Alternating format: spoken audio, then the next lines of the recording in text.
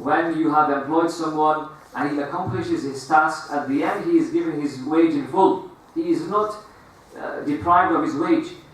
وَلِلَّهِ الْمَثَلُ الْأَعْلَى. Allah has the best example, and Allah is beyond example. We have this work, this task of ibadah, 30 days of fasting, 30 days of ibadah. It's not sufficed, or not only restricted to 30 days, just to clarify that point.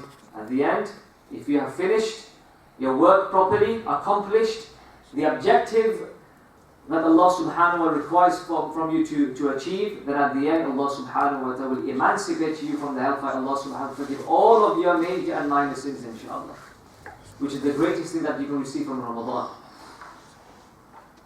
ایک اور حدیث شریف میں نبی کریم صلی اللہ علیہ وسلم نے ارشاد فرمایا کہ درود پر اللهم صل على سيدنا محمد وعلى آله وصحبه وبارك وسلم. کہ اس حدیث شریف کو بیان کرنے سے پہلے مفتی احمد یارخا علیہ رحمت رضوان یہ تفسیر نعیم میں بیان فرماتے ہیں کہ رمضان شریف میں 13 ایسے فضائل ہیں جو اور کسی مہینے میں نہیں.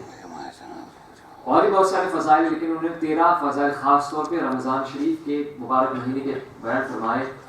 فرماتے ہیں کعبہ معظمہ مسلمانوں کو بلا کر دیتا ہے، بلا کر کے مغفرت دلواتا ہے اور رحمت دلواتا ہے، اور یہ آ کر رحمتیں بانٹتا ہے.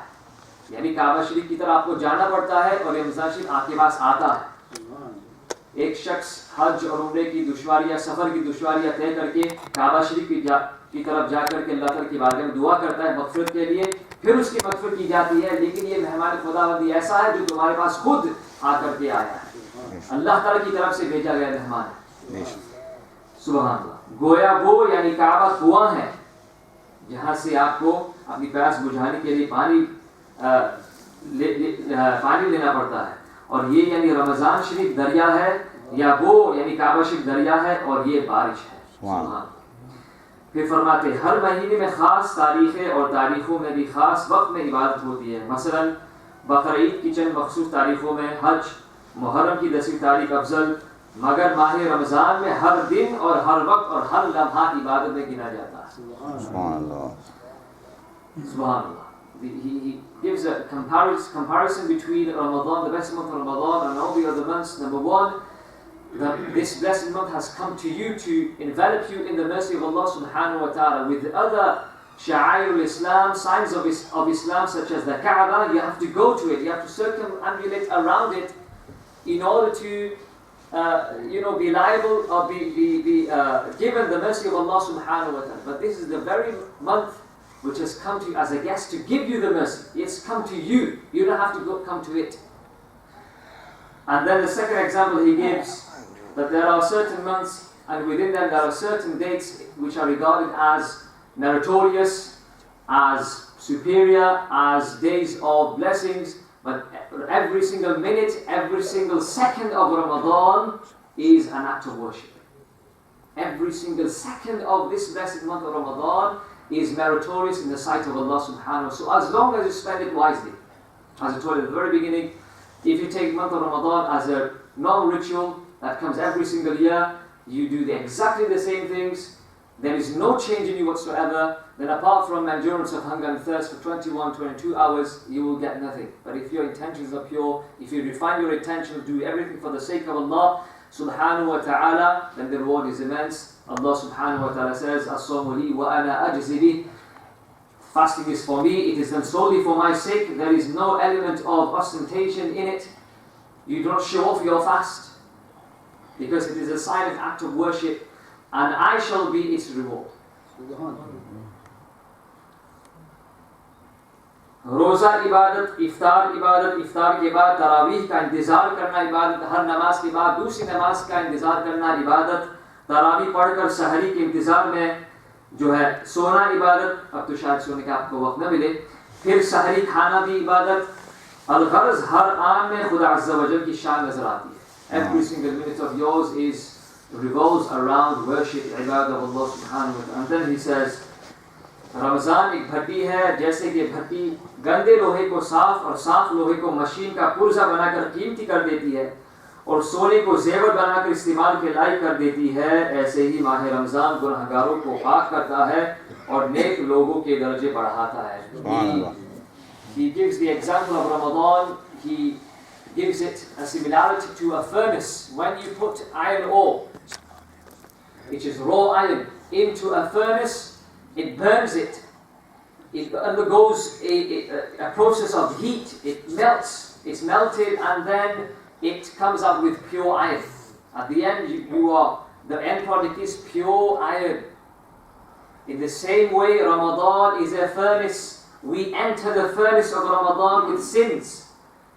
Yes, our hearts are rusted like iron. The Prophet actually said the hearts become rusted like iron when water reaches it because of the disease of the spiritual heart. We mentioned that last year, approximately 41 diseases of the heart that Allah outlines in the end of Fatah Ifriqiyah. So if we take this blessed month Ramadan as a furnace, we enter into this blessed month impure, and at the end we become pure. At the very beginning we have impure souls which are stained with the love of this world, and at the end Allah subhanahu wa ta'ala embellishes your heart. You have polished the mirror of your heart. To such an extent that Imam Sha'rani rahimahullah mentions, we hope that we achieve this station. He says, many a people before, when they used to keep a fast and when they used to adhere to the outward and inward etiquettes of fasting, they used to end the month of Ramadan, and due to the intensity of purity of the heart that they received, due to the great intense purification process that they underwent, Allah subhanahu wa ta'ala opened the doors to the unseen. They were able to see what was in the hearts of the people. Okay, nothing was hidden to them. Nonetheless, he then says, Ramazan Sharif mein nafil ka sawab farz ke barabar aur farz ka sawab 70 guna milta hai. This is the very blessed month in which if you come in the court of Allah with a supererogatory, nafil, voluntary act of worship, Allah subhanahu wa ta'ala will give you the reward of a farz act, of an obligatory act. And if you perform an obligatory act in this very month, Allah multiplies that reward by 70 times. And if you, for example, pray namaz, farz, with jama'ah, that's another times by 27 times. A further multiplication, further addition of 27 times more than you used to get if you were to pray on your own. بعض علماء فرماتے ہیں کہ جو رمضان میں مر جائے اس سے سوالات قبر بھی نہیں ہوتے. Anyone who is fortunate to die in this blessed month of Ramadan, he shall not be asked questions in the grave by the Munkar Nakir. Allah subhanahu wa ta'ala, out of the virtue and the merit that this blessed Ramadan holds, Allah subhanahu wa ta'ala will forgive him by virtue of this blessed month. And obviously, what is in this blessed month? Laylatul Qadr khayrun min alfi shahr. This very night, which is better than worshipping within it, is better than worshipping Allah subhanahu wa ta'ala for 1,000 months, which is approximately 83 years. پھر مزید فیضان بیان فرماتے ہیں اور اس کے ساتھ ساتھ یہ بھی بیان فرماتے ہیں کہ نبی کریم صلی اللہ علیہ وسلم رمضان مبارک میں ہر قیدی کو چھوڑ دیتے تھے اور ہر مانگنے والے کو عطا فرماتے تھے. رب عز و جل بھی رمضان میں جہنمیوں کو چھوڑتا ہے، لہذا چاہیے کہ رمضان میں نیک کام کیے جائے اور گناہوں سے بچا جائے. پھر فرماتے ہیں قرآن شریف میں صرف رمضان شریف ہی کا نام لیا گیا. From all the other months, it is only the blessed month of Ramadan which has been mentioned explicitly by its name. شهر رمضان الذي أنزل فيه القرآن. Explicit mention of this blessed month in the Quran is enough as its virtue. Okay, this blessed month, none of the other months have been mentioned with their name save this blessed month of Ramadan. کسی دوسرے مہینہ کا نہ صراحتاً نام ہے نہ ایسے فضائل اس کے بیان کیے گئے ہیں. مہینوں میں صرف ماہ رمضان کا نام قرآن شریف میں لیا گیا. عورتوں میں صرف بی بی مریم کا نام قرآن میں آیا. صحابہ کرام میں صرف حضرت سیدنا زید بن حارثہ کا نام قرآن میں لیا گیا، جس سے ان تینوں کی عظمت معلوم ہوتی ہے. اللہ اکبر. اور اللہ تعالیٰ نے ایک مزید اور خصوصیت ہم سب کو عطا فرمائی کہ رمضان شریف میں افطار اور سحری کے وقت دعا قبول ہوتی ہے. ہر سحری اور ہر افطار کے وقت جو بھی بندہ مومن اللہ تعالیٰ کی بارگاہ میں آداب دعا اور اس کے شرائط کو ملحوظ خاطر رکھتے ہوئے دعا مانگتا ہے تو اللہ تعالیٰ اس کی ساری دعائیں قبول کرتا ہے. پھر فرماتے ہیں رمضان شریف میں 5 حروف ہیں: را، میم، ضاد، الف، نون. را سے مراد رحمت الہی، میم سے مراد محبت الہی، ضاد سے مراد ضمان اور زمان الہی، الف سے مراد امان الہی، نون سے مراد نور الہی. اور رمضان میں 5 عبادت خصوصی ہوتے ہیں، خصوصی ہوتی ہے: روزہ، تراویح، تلاوت قرآن، اعتکاف، شب قدر میں عبادت. تو جو کوئی صدق دل سے یہ 5 عبادات کرے گا وہ ان 5 انعاموں کا مستحق ہوگا انشاءاللہ. آخر میں صرف چند مسائل انشاءاللہ، بالخصوص وہ مخصوص عبادت جو ہم عمومی طور پر اسی ماہ میں رمضان شریف میں کرتے ہیں وہ ہے تلاوت قرآن مجید. انشاءاللہ اس کے مختصر کچھ جو ہے احکام بالخصوص جو قرات نماز میں ہم کرتے ہیں اس کے بارے میں انشاءاللہ بیان کیے جاتے ہیں. درود شکر اللہم صلی علی سیدنا و مولانا محمد وعلی الوجود وآلہ وصحبہ وبارک وسلم. اچھا، جب آپ نماز ادا کریں اور جب نماز کے اندر جیسے کہ آپ منفرد ہیں، اکیلے نماز پڑھ رہے ہیں، یا کوئی بھی نماز جو آپ امام کے پیچھے نہیں پڑھتے ہیں تو اس میں آپ کو قرات کرنی ہوتی ہے، قرآن شریف کی تلاوت کرنی ہوتی ہے. اب اس میں کتنی آواز ہونی چاہیے؟ تو قرات میں اتنی آواز درکار ہے کہ اگر کوئی مانے مثلا طفل سماعت شرغل نہ ہو تو خود سن سکے، اگر اتنی آواز بھی نہ ہو تو نماز نہ ہوگی. جب آپ قرات خود کریں، سورہ فاتحہ پڑھ رہے ہیں یا اس کے ساتھ سورت ملا رہے ہیں یا بعد میں آپ تشہد پڑھیں گے، سلام پھیریں گے، اس میں اتنی آواز ہونی چاہیے کہ آپ خود سن سکیں. بعض لوگ صرف زبان یعنی منہ ہلاتے ہیں لیکن کوئی آواز پیدا نہیں ہوتی ہے، اس سے ان کی نماز نہیں ہوگی. تمام ورد و وظائف میں ابن نووی رحمۃ اللہ علیہ کتاب الاذکار بیان فرماتے ہیں that when you are reciting adhkar litany, obviously namaz requires you to recite the Quran within it. With reciting the Quran in namaz and with reciting adhkar outside of namaz, you need to have such a volume of sound which is audible to yourself. If it's inaudible even to yourself, then that is not called praying, you're probably murmuring. It is not called recitation of the Quran, it's not called praying. ہاں، اسی لیے انہوں نے خود فرمایا کہ اگر کوئی مانے نہ ہو، مثلا سکھلے سماعت، ماشاءاللہ انہوں نے آپ کا مسئلہ حل ہی کر دیا. اگر کسی کو تکلیف ہو، اونچا سنائی دیتا ہو تو بس اتنی آواز سے وہ پڑھے کہ جو عادتاً ایک آدمی جس کے پاس وہ سکھلے سماعت نہ ہو وہ پڑھ سکتا ہے، اور اس آواز میں پڑھے جس سے وہ خود سن سکے. ایسا نہیں کہ کسی شخص کو اونچی سنائی دے تو پھر وہ ماشاءاللہ پہلی صف میں کھڑا ہو تو آخر صف والا بھی اس کو سن سکے، اس طریقے سے نہیں. اگر کوئی مارے نہ ہو شروع، مثلا کبھی کبھی کام کاج شروع ہوتا ہے باہر بالکل مسجد کے سامنے، جس کی وجہ سے تکلیف ہوتی ہے ہمیں خود سننے میں، لیکن آپ کو اونچی آواز کرنے کی ضرورت نہیں، بس اتنی رکھے جو عادتاً آپ خود سن سکے، اتنی آواز کی حد رکھے. اسی طریقے سے جانور ذبح کرتے وقت جو بسم اللہ اللہ اکبر کہتے ہیں اس میں بھی اتنی آواز ہونی چاہیے کہ وہ ذبح کرنے والا خود سن سکے. اگر کسی نے جانور کو اس طرح ذبح کیا، آج کل تو اللہ ماشاءاللہ اللہ بہتر جانتا ہے کس طریقے سے ذبح کرتے ہیں لوگ. کچھ تو یعنی اکثر مسلمان کہلانے والے جو مذبح ہے جہاں پہ ذبح کیے جاتے ہیں جانور، وہ غیر مسلموں کو اجرت پہ رکھتے ہیں اور وہ غیر مسلم ذبح کرتے ہیں، وہ کاہے کو بسم اللہ کہیں گے. اور دوسری بات یہ کہ جو بھی دوسرے لوگ مسلمان کو دیکھا گیا کہ وہ لوگ بھی کہتے ہیں کہ وہ ٹیپ رکھ دیتے ہیں اور کہتے ہیں وہ ہم ٹیپ چلا دیتے ہیں کیونکہ کافی مرغیاں میں ذبح کرنی ہے آپ کے لوگوں کی شادیوں کے لیے، چکن لیگ وغیرہ، تو اس لیے جو ہے تیزی کے لیے اس جو ہے ذبح کے عمل کو تیز کرنے کے لیے ہم ٹیپ لگا دیتے ہیں، بس ٹیپ سے آواز نکلتی رہتی ہے بسم اللہ اللہ اکبر کی، ہم چھری چلاتے رہتے ہیں. اور کتنی دفعہ ایسا بھی دیکھا گیا ہے کہ چھری سے بھی ذبح نہیں کہتے، وہ تو مشینی ذبح ہوتا ہے، مشینی ذبح ہوتا ہے.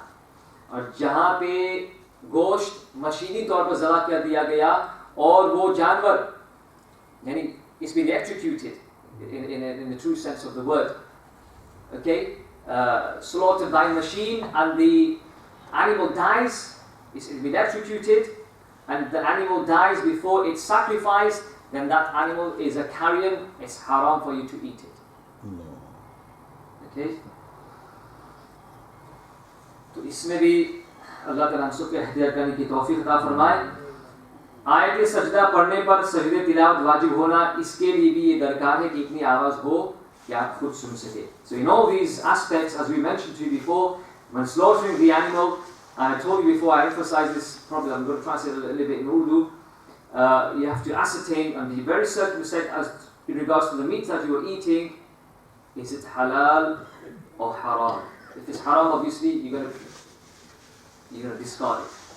Halal, what does halal require? That at the time of slaughter, it has to be slaughtered by a Muslim, and he should slaughter it in the name of Allah subhanahu wa ta'ala with such a degree of sound, of volume, that it is audible to himself. Bismillah, Allahu Akbar is audible to the person slaughtering the animal. Nonetheless, فجر و مغرب و عشاء کی دو پہری میں اور جمعہ عیدین و تراویح اور وتر رمضان کی سب میں امام پر زور سے یعنی جہر سے قرات کرنا واجب ہے، اور مغرب کی تیسری اور عشاء کی تیسری، چوتھی یا ظہر و عصر کی تمام رکعتوں میں آہستہ پڑھنا واجب ہے۔ زور سے مراد کیا ہے؟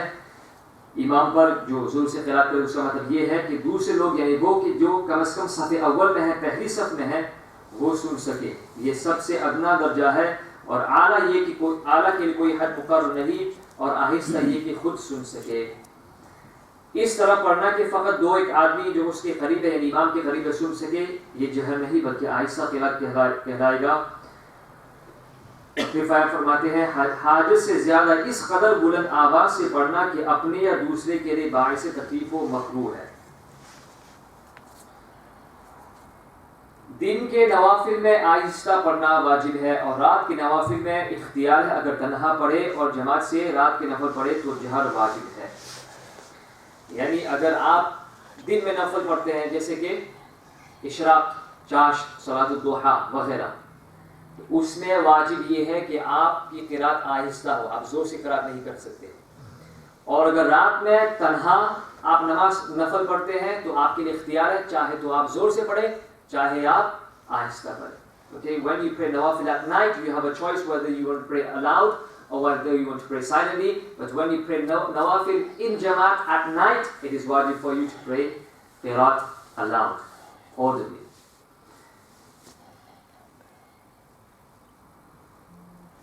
چار رکعتی فرض کی پہلی دونوں رکعتوں میں سورت بھول گیا تو پچھلی رکعتوں میں پڑھنا واجب ہے، اور ایک میں بھول گیا ہے تو تیسری یا چوتھی میں پڑھے، اور مغرب کی پہلی دونوں میں بھول گیا تو تیسری میں پڑھے، اور ایک رکعت کی قرات سورت جاتی رہی، اور ان سب صورتوں میں فاتحہ کے ساتھ پڑھے۔ جہری نماز ہو تو فاتحہ اور سورت جہرن پڑھے، ورنہ آہستہ، اور سب صورتوں میں سجدے سہو کرے، اور قصداً چھوڑی تو اعادہ کرے۔ یعنی مثلا کسی نے 4 رکعت فرض نماز عصر کی پہلی 2 رکعتوں میں، اگر وہ منفرد ہے، اگر آپ مقتدی ہیں تو آپ کے لیے کوئی پریشانی نہیں، امام کی قرات آپ کی قرات۔ اگر کوئی شخص عصر کی نماز پڑھ رہا تھا اور پہلی 2 رکعتوں میں فرسٹ میں سیکنڈ سورہ فاتحہ کے بعد سورت پڑھنا بھول گیا تو وہ تیسری اور چوتھی رکعت میں سورت پڑھے اور آخر میں سجدے سہو کرے۔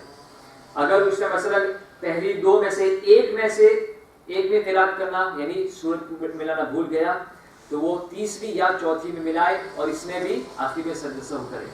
تیسری صورت یہ ہے کہ اگر آپ سورہ فاتحہ پڑھ چکے پہلی رکعت میں اور پھر آپ بھولے سے رکوع میں چلے گئے، حالانکہ آپ کو سورت پڑھنی تھی اور آپ کو رکوع میں یاد آیا تو آپ رکوع سے واپس آئے، دوبارہ سورہ فاتحہ پڑھے، پھر سورت پڑھے اور اس کے بعد رکوع کرے اور آخر میں سجدہ سہو کرے۔ So if you forget a surah and you remember in ruku, come back from ruku, back into qiyam, recite Surah Al-Fatiha, recite the surah, do ruku again, and at the end, do sajda of error. This is only if you obviously remember missing a surah in ruku. If it's dua qunut, it's different. Agar dua qunut padhna bhul gaye, witr wajib mein, تیسری رکعت میں آپ دعا قنوت پڑھنا بھول گئے، آپ رکوع میں چلے گئے، رکوع میں آپ کو یاد آیا تو آپ واپس نہ آئے، آخر میں صرف سجدہ سہو کر لیں، یہ انشاءاللہ کفایت کر جائے گا۔ ایک آیت کا حفظ کرنا ہر مسلمان مکلف پر فرض عین ہے، اور پورے قرآن مجید کا حفظ کرنا فرض کفایہ ہے، اور سورہ فاتحہ اور ایک دوسری چھوٹی صورت یا اس کے مثل مثلا 3 چھوٹی آیتیں یا ایک بڑی آیت کا حفظ واجب عین ہے، یعنی تاکیداً ہر مسلمان پر واجب ہے کہ کم از کم پوری سورہ فاتحہ اور اس کے ساتھ کم از کم 3 چھوٹی آیتیں یا ایک آیت جو 3 چھوٹی آیتوں کی مقدار ہے اس کو یاد کرنا واجب عین ہے، لیکن یاد کرنے سے مراد یہ نہیں کہ جس طریقے سے ہم اپنی زبان بولتے ہیں اسی زبان میں ہم اسی لہجے میں ہم قرآن شریف پڑھیں. قرآن شریف عربی میں ہے اور عربی لہجے ہی میں قرآن شریف کی تلاوت کی جائے گی، بلکہ قرآن شریف کو تجوید کے ساتھ پڑھنا اور تجوید کا علم سیکھنا یہ فرض عین ہے. جس طریقے سے نماز فرض عین ہے، تجوید کہ جس سے حروف کے درمیان باہمی امتیاز پیدا ہو، اتنی تجوید سیکھنا ہر مسلمان مرد و عورت پر فرض عین ہے. یہ نہیں کہ ہم سورہ فاتحہ جس طریقے سے چاہے پڑھ لیں، یہ نہیں کہ ہم قرآن شریف کو اپنے لہجے میں پڑھیں. نہیں، قرآن شریف جس طریقے سے جس لہجے میں لحون العرب قریش کی جو ہے لہجے میں نازل ہوا عربی میں، اسی انداز میں ہم اس کو پڑھیں گے، اسی کو تجوید کہا جائے گا، جس سے ہم مثلا زا، دال، ضو، ضاد کے درمیان، جیم کے درمیان تمیز کریں. بعض لوگ کی زا جیم ہوتی ہے اور ہر جگہ پہ جہاں پہ زا ہوتی ہے وہ جیم پڑھتے ہیں، جہاں پہ جیم ہوتی ہے وہ زا پڑھتے ہیں. تو جزاک اللہ مثلا ززا ہو جاتا ہے، روزے جزا تو روزے ججا وغیرہ ہو جاتا ہے. تو اس لیے کوشش کرنی چاہیے، اور یہ فتح جدیہ میں لکھا ہے سید شیخ رحمۃ اللہ علیہ نے کہ کوشش سے مراد دن رات کوشش کرے.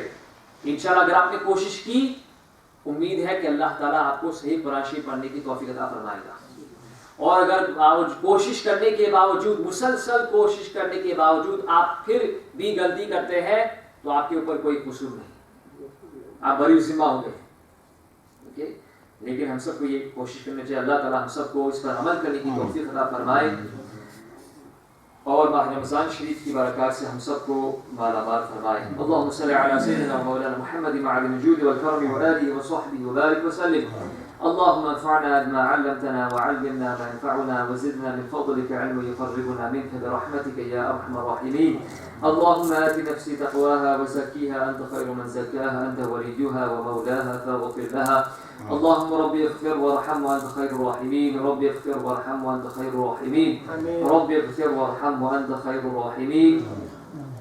اللهم لا تدع لنا في مقامنا هذا ذنبا إلا غفرته، ولا هما إلا فرجته، ولا دينا إلا قضيته، ولا مريضا إلا شفيته، ولا طالبا إلا وفقته، ولا عسرا إلا يسرته، ولا مشتاقا لزيارة حبيبك المصطفى صلى الله عليه وآله وسلم إلا بلغته ورزقته. اللهم رب زدني علما والحقني بالصالحين. اللهم ربنا تقبل منا إنك أنت السميع العليم، وتب علينا يا مولانا إنك أنت التواب الرحيم. إن الله وملائكته يصلون على النبي يا أيها الذين آمنوا صلوا عليه وسلموا تسليما. صلى الله على سيدنا مولانا محمد صلى الله عليه وآله وسلم. سبحان ربك رب العزة عما يصفون وسلام على المرسلين والحمد لله رب العالمين.